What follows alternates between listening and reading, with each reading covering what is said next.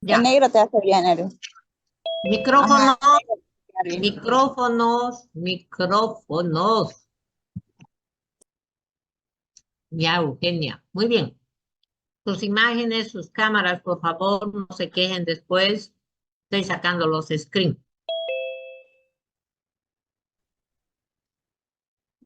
Coloquen su cámara que se le vea que está tomando apunte. Bien, entonces, cuando no se puede obtener sangre periférica, estas son las muestras alternativas, ¿no? Morbillo, bilis, líquido cefalorraquídeo se va a poder obtener. Y el hígado, fíjense, este hígado experimenta menos cambio que la sangre periférica, pero es mejor, miren, dividir la concentración del tóxico en el hígado entre la concentración del tóxico en sangre periférica. A eso se llama relación. LP, liver, hígado, con B chica. Tienen que aprender de memoria. Cerebral, también. Este tejido no cambia mucho hasta las 48 horas, porque después se deshace el cerebro, igual que el pulmón. El pulmón se hincha, acepta tóxico hasta las 72 horas, pero después también se lisa. Tejido muscular. Este es uno de los tejidos que menos cambios presenta. Entonces, quizás esta puede ser una de las muestras ideales.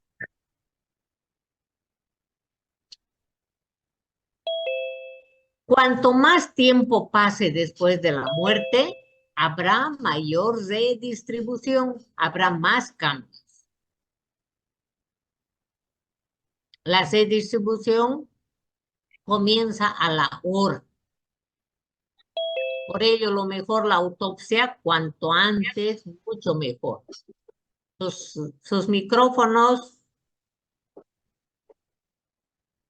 los cambios, según esta autora y los autores, 24.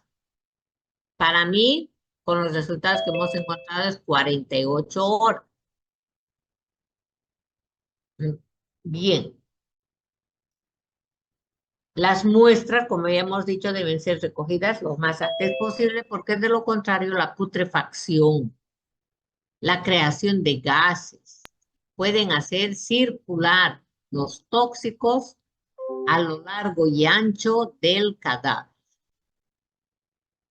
Cuantificación objetiva.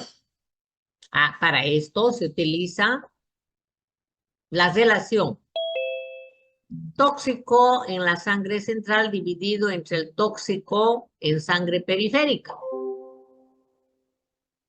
El otro es hígado y sangre periférica. Y la F es un factor. Es un factor. Este factor se tiene que encontrar.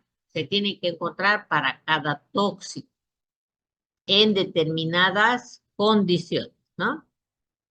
Entonces aquí el modelo más utilizado es sangre central, sangre periférica. Ahora bien, ahí tenemos que memorizar. Un gradiente, un resultado mayor a 1, tiene redistribución significativa. Un gradiente, un resultado mayor a 1.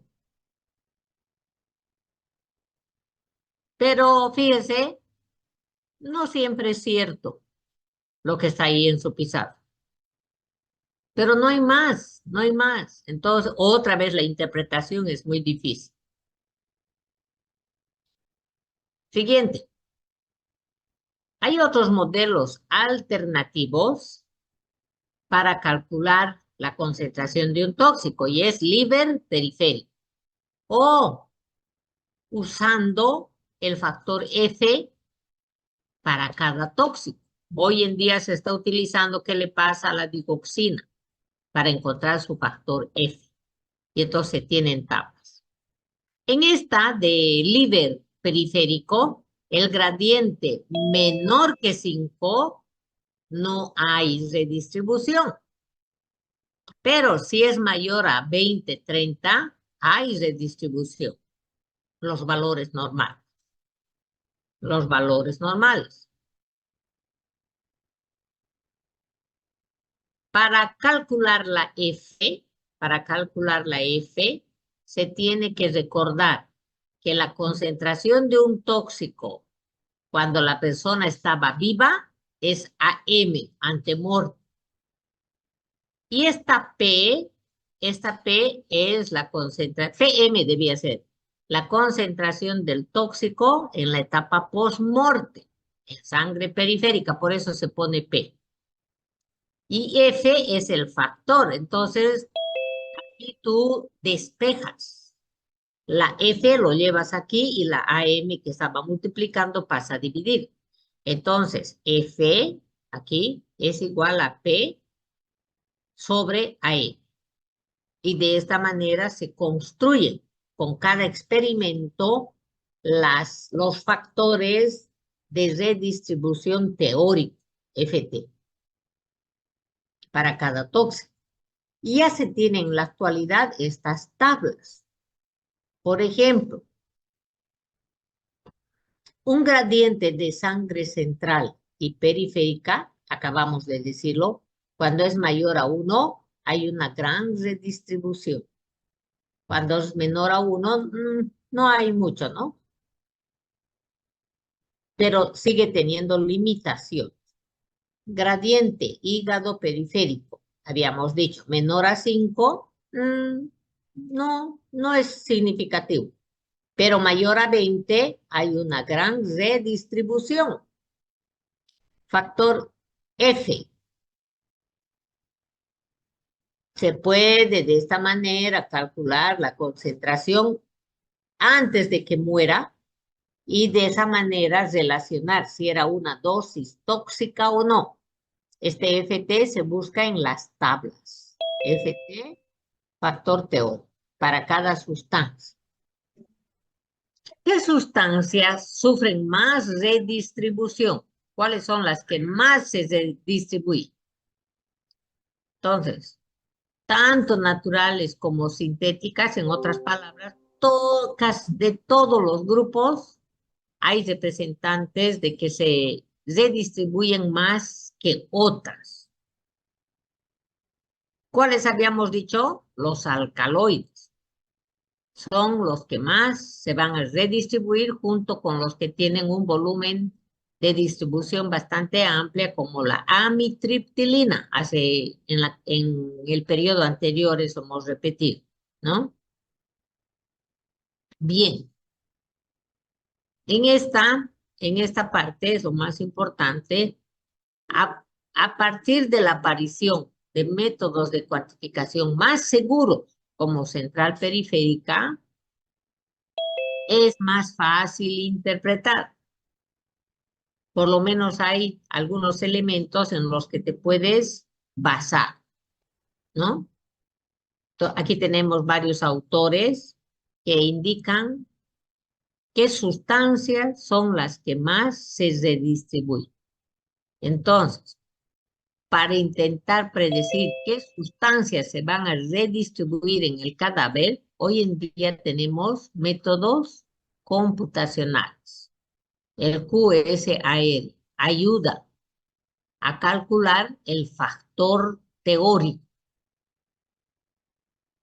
que dependerá de las características físico-químicas del tóxico. Cuando usted siga creciendo, yo creo que va a tener más información de este tema. Conclusión. El fenómeno de redistribución post-morte existe y consiste en que los tóxicos difunden pasivamente porque las células no ofrecen resistencia. Dos, esta redistribución depende de varios factores. Uno, del tóxico, que ya hemos visto que para los de pH básico van a ser mayor redistribuidas. Otro, hay mayor redistribución en los vasos centrales y menor en los periféricos. De todos los periféricos, ¿cuál es el mejor, el que más se utiliza? Femoral. ¿Cuál es el otro factor? El intervalo postmortal. Bien, no solamente es encontrar el tóxico, sino cuantificar. Y para ello, ya hemos visto que se utilizan en la actualidad estas relaciones, CP, LP y el factor. Son conclusiones ya del trabajo. Para interpretar la redistribución existen muchos factores. Uno de ellos hemos dicho tiempo post-morte, posición del cadáver, naturaleza del tejido, porción del tejido y características del tóxico. Una gran limitación para este tema es esto. Las muestras no son representativas. Claro, no vamos a matar a 100, a 200 humanos para saber cómo se comporta, ¿no? Por ello, por favor, la ausencia de muestras representativas. No, no hay muestras representativas. Léanlo, por favor, ese tema. Es muy bonito y de gran actualidad. En nuestro medio no lo explotamos todavía. No lo explotamos. No, mucha gente no sabe todavía de eso. Ay, me perdí. Bien. Ahora vámonos al otro tema que está relacionado con este. Ay, eso. No veo cámaras jóvenes y cada que saco fotos hay un montón sin cámara. Bien. Ya hemos visto las generalidades de la toxicología post-mortem. Ahora sería la toxicología post-mortem especializada para cada tóxico, para calcular su factor F, ¿no? Entonces aquí empieza a utilizarse o a estudiarse el alcohol o las bebidas alcohólicas. Para ello, para este análisis, para nadie es desconocido. Ay, mucho. Ahí creo, ¿no? ¿Por qué nos atrae tanto el alcohol? Número uno, porque es parte de nuestra costumbre. Nace un niño, alcohol, bautizo, alcohol, egresa de prekinder, alcohol, se casa, se muere, alcohol, alcohol. Bueno, estuviera bien el alcohol, pero es que sucede que bajo la acción depresora de este tóxico van a haber accidentes. Eso es lo que nos preocupa. De lo contrario, ni nos ocuparía. Otro detalle, que no solamente se consumen bebidas alcohólicas, sino otros depresores ligados. Casi siempre el que toma alcohol va a tomar otras sustancias más. Entonces, por esta demanda, por lo que hay tantos accidentes, tantos delitos relacionados con el uso del alcohol, es necesario tener todo normalizado, todo con protocolo, cómo se va a tomar la muestra, cómo se va a conservar, cómo se va a analizar, no es lo que quiera hacer uno, qué protocolo, cómo se va a interpretar para que de esta manera el juez pueda administrar mucho mejor la justicia. Ahora es obvio lo que tiene anotado ahí. Las diferentes técnicas deben de ser fiables. ¿Esto qué quiere decir? Que sean exactos, que sean reproducibles. Todo debe estar normado, cómo se debe enviar una muestra de sangre para alcoholemia. Hemos aprendido en la práctica, ¿o no? En un tubo de ensayo, pero lleno, lleno, no tiene que haber cámara de aire. Eso hemos avanzado. ¿Cómo debe embalarse? Triple empaque, triple compartimiento. Espero que no se haya olvidado. ¿Quién debe de llevar? Una persona con su credencial y que es parte de la cadena de custodia. ¿Cómo se va a conservar? ¿Cómo se va a procesar? Todo eso está legalizado, todo eso está normal. Pero lo más interesante, aquí viene su correcta interpretación. El alcohol que se encontró en laboratorio es el mismo, la misma concentración que el momento de que ocurrió el accidente. Ya sabemos que no. Y hemos aprendido a calcular el alcohol retrogradó, ¿no? Este es un trabajo para que no nos digan que hemos plagiado, ¿no? Antiguo, del 2008, pero es de mucha riqueza. Entonces, son médicos residentes de esta especialidad de Costa Rica los que han trabajado este documento. En esta introducción está todo lo que hemos visto, ¿no? El uso, el abuso del alcohol, de las bebidas alcohólicas, eso es un problema para toda la sociedad. Lo van a leer, por favor. ¿Por qué? Porque bajo la influencia del alcohol se cometen delitos. Uno de ellos, el manejar el auto y luego provocar accidentes. Entonces, las sustancias psicoactivas pueden afectar la conducta del individuo. Y entre estas sustancias psicoactivas está el alcohol, el etanol. Bien, para los casos de la autopsia, tiene que estar más normado de dónde se va a extraer, a qué hora se va a extraer, por lo que acabamos de ver en la clase pasada. Por supuesto que la cadena de custodia es muy importante. Ahora, este trabajo de la determinación de alcohol en el cadáver es muy delicado porque van a reclamar, la otra parte va a reclamar. ¿Qué va a decir? Mi papá no estaba con alcohol. O otro ejemplo va a decir, el que chocó estaba bajo el efecto porque yo lo vi caminando en Z. Entonces, debemos de recordar que en Costa Rica, van a catalogar, van a sancionar cuando tenga 0,1%, es decir, 1 gramo por mil, 1 gramo por 1000.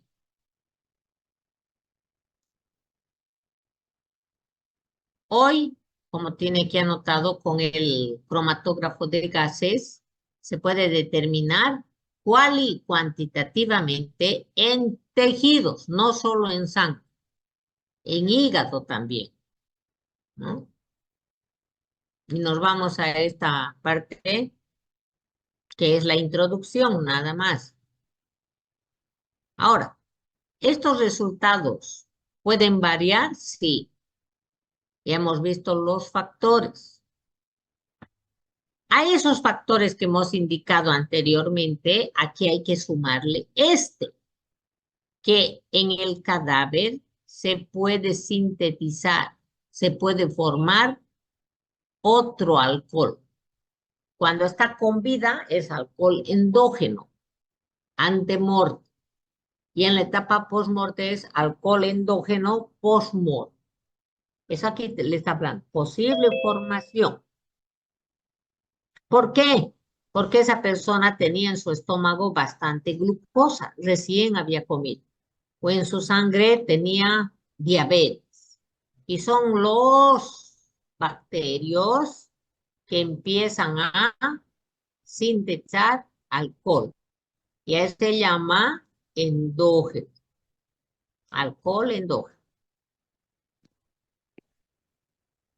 Bien, entonces estos autores nos están explicando aquí que este trabajo se ha focalizado en los fenómenos de redistribución. Fíjense que estos autores no manejan el término de re, sino solamente de distribución. También toman en cuenta el tiempo post-morte como un factor que modifique las concentraciones. Muestreo. ¿Cómo se van a recolectar estas muestras? Entonces, para eso, revisando la bibliografía, se queda de que lo mejor de lo mejor es orina y humor vítreo, junto con la sangre femoral o la sangre del ventrículo izquierdo, del corazón. Sangre central, periférica, orina y el humor vítreo. Estos tubos deben de llevar fluoruro de sodio o fluoruro de potasio. No como anticoagulante, sino que inhibe a las enzimas de las bacterias, de las levaduras que formarían más cantidad de alcohol. Y el cadáver que no haya bebido alcohol le vamos a sacar como uno positivo.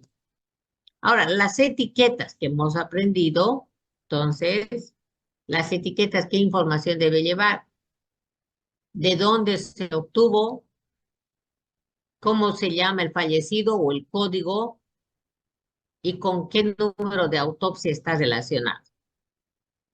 Tabla número 1, tejidos y fluidos para determinar alcohol después de la muerte. ¿Qué dijimos? Sangre cardíaca, número 1, central. Sangre femoral, periférica. Coágulos, orina, humor vítreo, músculo esquelético, hígado. Estos son los tejidos que nos muestran claramente el etanol. ¿Cómo se determina? ¿Cómo se determina el alcohol? Por cromatografía de gases, con detector de ionización de la flama. Eso se abrevia FID. Y la técnica se llama Heat Space. Preguntas de examen. Heat, cabeza, espacio en cabeza. Entonces, ¿cómo se analiza? ¿Cómo se analiza el etanol? Esta es la sangre o la orina del paciente. Se lo calienta y miren el tóxico, estos redonditos son los que se van al espacio en cabeza. De aquí se obtiene con una jeringa cromatográfica y se pincha al cromatógrafo y entonces me va a salir así, miren, la puntita del etanol y del propanol. Al lado del propanol tiene que salir el etanol, claro, porque el etanol tiene 2 carbonos y más pesadito, gordito, el propanol que tiene 3 que va a salir a su lado. De esta manera se reconoce, el etanol. Lo más interesante viene aquí. La significancia de concentraciones de alcohol en sangre menor a 0,3 miligramos por mililitro, menor, siempre y cuando haya sido tomado en una autopsia, si se obtiene 0,3 miligramos por mililitro, se debe de tomar también la muestra del humor y de la orina.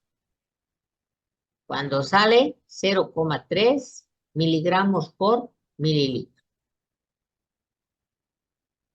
Por otra parte, valores de alcoholemia menores a 10 miligramos.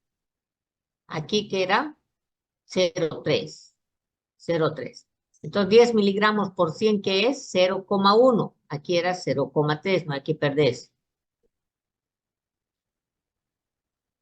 Cuando sale 0,3, hay que pedir estas dos muestras. Pero aquí, cuando no sale 0,3, sino 0,1, debe ser negativo. Es que para ser negativo, debía de ser 0, ¿no es cierto? 0,0 debía de ser. ¿Por qué recién a partir de 0,1? Y la respuesta es que nunca vamos a tener 0, va a haber 0,1, que es de la formación del alcohol endógeno por las bacterias. Bien, debemos recordar que en algunas personas que no beben puede haber 0,1. Algunos autores aceptan hasta 0,2, como mi profesor, 0,2. ¿Por qué? Porque esas personas tienen levaduras que fermentan sus azúcares de la dieta y forman etanol. Y entonces se le informa, usted tiene 0,5 y la persona dice, no bebo alcohol, nunca he bebido o no bebo 10 años. La explicación se debe a esta, ¿no? Esta enfermedad está conocida, van a leer por ahí, como el sprue. Sprue tropical. ¿Todo por qué? Porque la persona, sus bacterias pueden sintetizar alcohol. Muestras en sangre. ¿Qué pasa en una intoxicación alcohólica aguda? Aguda significa que tomó rápidamente una botella, 2 botellas de alcohol. La prueba de concentración de alcohol, ¿en qué era el CAS? En sangre. Concentración de alcohol en sangre puede ser básico cuando se sospecha que el cadáver consumió alcohol o cuando alguien dijo, le vi caminando, dando tumbos. Entonces, para eso se debe de anotar de dónde se tomó la muestra de sangre femoral, la parte proximal, la media o la distal, o de la subclavia o de la poplitea. Por ello, aquí me está indicando sitio y medio. ¿Qué tiempo transcurrió de la muerte? ¿Y cómo estaba el cuerpo? ¿Estaba ya botando líquidos o relativamente fresco? Bien, se cuentan con tablas para la concentración del alcohol en sangre.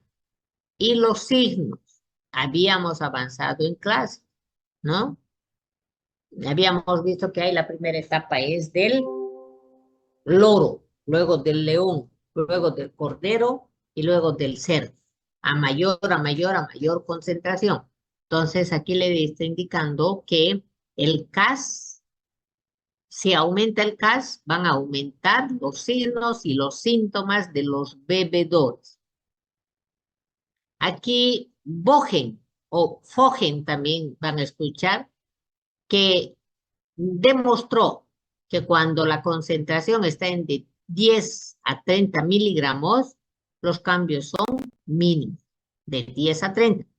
Pero de 30 a 60 la persona está alegre, contenta, loro, está un loro. Más expresivos sociales. Ahora, entre 60 y 100, entonces aquí ya se convierte en león, ¿no? No se inhibe de nada. No tiene juicio y quiere pelear contra 10. Cuando la concentración es de 100 a 150, entonces esta persona ya es un cordero. No camina recto. Y de 150 a 200, la persona está por dormirse. Ataxia, no puede caminar. Y entonces hay que recordar esto, por favor. Ahora, 400 miligramos o 4 gramos por litro, la mayoría de las personas está por morir. Con 4 o 5 la mayoría muere. Bien. Algunas personas Cuando mueren en el hospital, reciben medicamentos como jarabes que tengan alcohol como vehículo. Y en el análisis toxicológico post-mortem puede aparecer.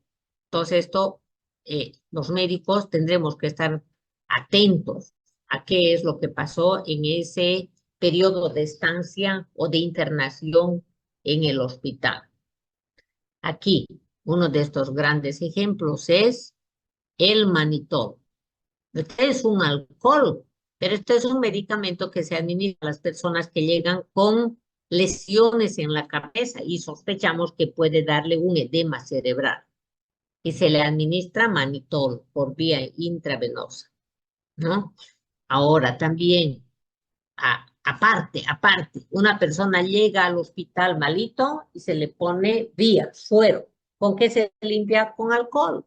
¿Hay absorción en ese sitio de punción? Por supuesto que sí. Por ello que cuando se toma muestra de sangre para determinar alcohol, nunca se debe desinfectar con alcohol. Se tiene que desinfectar con agua y jabón. No se vaya a olvidar, pregunta de examen. Entonces puede salir positivo, ¿no? Puede salir positivo. Ahora ya habíamos visto en el anterior ejemplo, sangre venosa femoral es lo mejor para los análisis toxicológicos. Y aquí hay una crítica, pero hay tantos burritos que siguen mandando otras muestras para alcoholemia. Por ejemplo, como directamente del corazón. ¿Qué dice aquí la norma? Mejor sangre femoral, ¿sí? Ahora, ¿por qué no las cardíacas? Porque se contaminan rápidamente con los bacterios que hay en el estómago. Recuerde que el corazón está cerca del estómago. Ya esto ya lo hemos dicho. Se debe de tomar dos sitios periféricos distintos. Acabo de decirlo, no es lo mismo el riñón derecho que el riñón izquierdo. Y entonces aquí la sangre femoral no es lo mismo de la arteria femoral o de la vena femoral izquierda o de la derecha. Mejor tomar de los dos. Las muestras del corazón van a ser anexos, no son de primera línea, ¿sí? ¿Para qué necesito la femoral y el corazón? Para la relación C barra P. Ahora bien, cuando se quiere interpretar que ha sido una intoxicación aguda, cuando se quiere informar, ¿qué tienes que hacer? Tomar en cuenta muchos factores. No es lo mismo un joven que un mayor. ¿Qué cantidad tomó? Ahora, aquí, por ejemplo, se tiene un trabajo de investigación. Muchos choferes que han sido detenidos con niveles mayor a 400 miligramos, o sea, 4 gramos. Entonces, hay personas que están muy borrachas, pero otros no. Por eso nos lo estamos mencionando aquí. Características del individuo. También, cuando se determina el CAS, concentración de alcohol en sangre, mm, casi inmediatamente después de la muerte va a ser diferente a lo que si se obtuviera esa sangre en 24 o en 48 horas. También habíamos aprendido esto. La tasa de eliminación es de promedio 15 miligramos por decilitro por hora. Esto es para calcular el alcohol retrógrado. Alcohol retrógrado.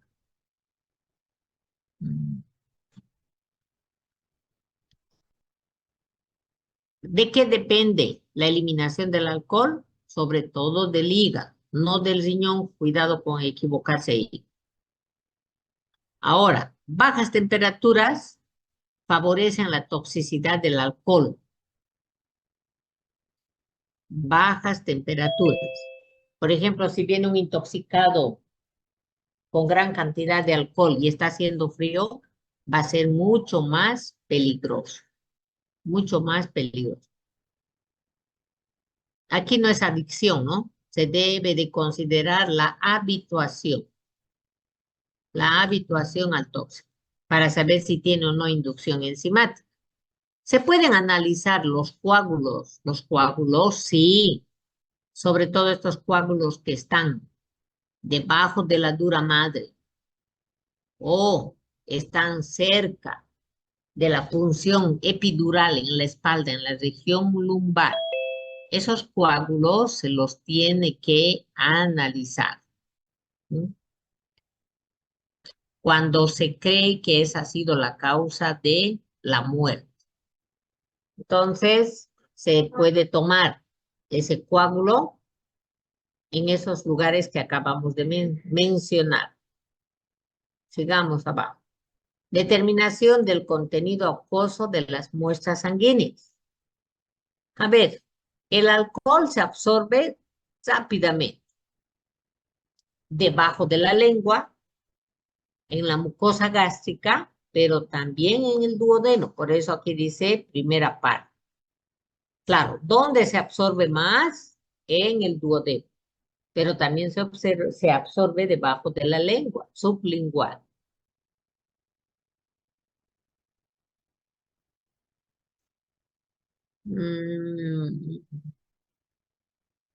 Un porcentaje de contenido acuoso en sangre como estándar de la sangre es del 84%. Esto también le había indicado. ¿Por qué el alcohol llega al cerebro?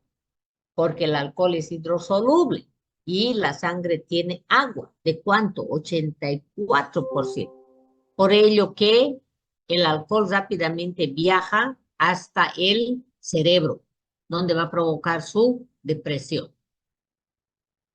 Otra vez, alcohol va a estar en mayor concentración en el plasma que en la sangre entera.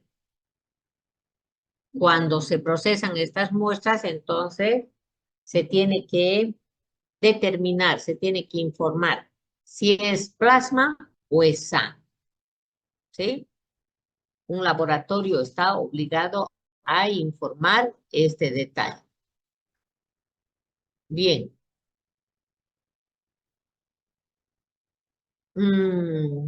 Ya habíamos dicho el 80%, pero puede haber del 65 al 71.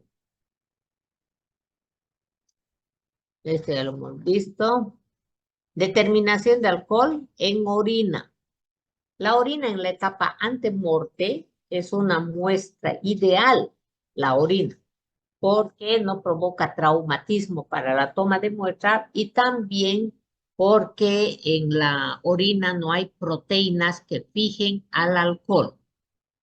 Ahora, en la etapa post-morte también sigue siendo la muestra ideal.